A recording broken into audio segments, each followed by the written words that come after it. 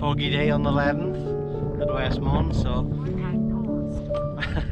I can walk up the fairway without fear of somebody coming down, I think. On we go to Carn y Cefn.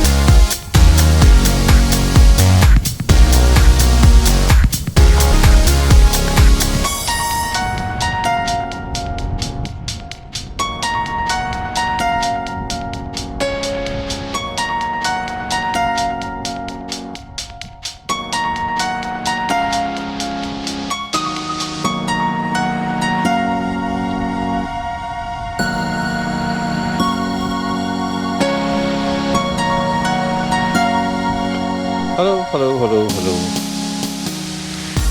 Hello, hello, hello.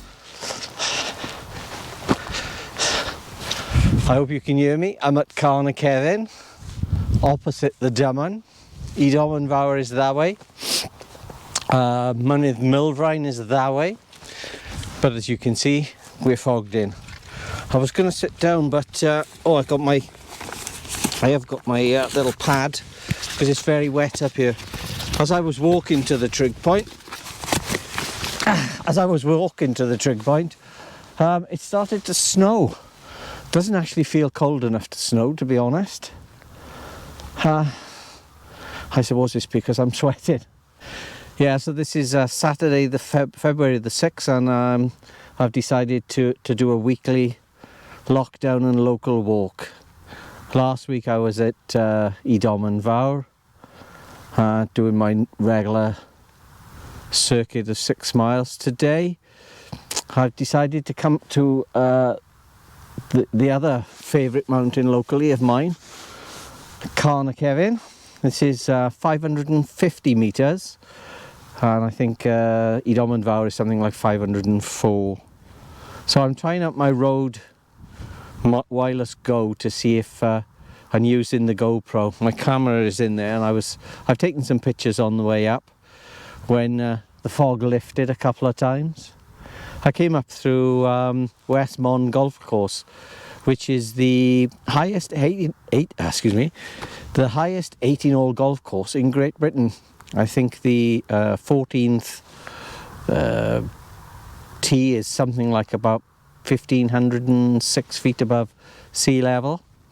It's a mountain course. I was a member there for about 10 years in the 90s. I wasn't very good. I got to about 16 handicap. But I had a couple of good years up there where I enjoyed my golf.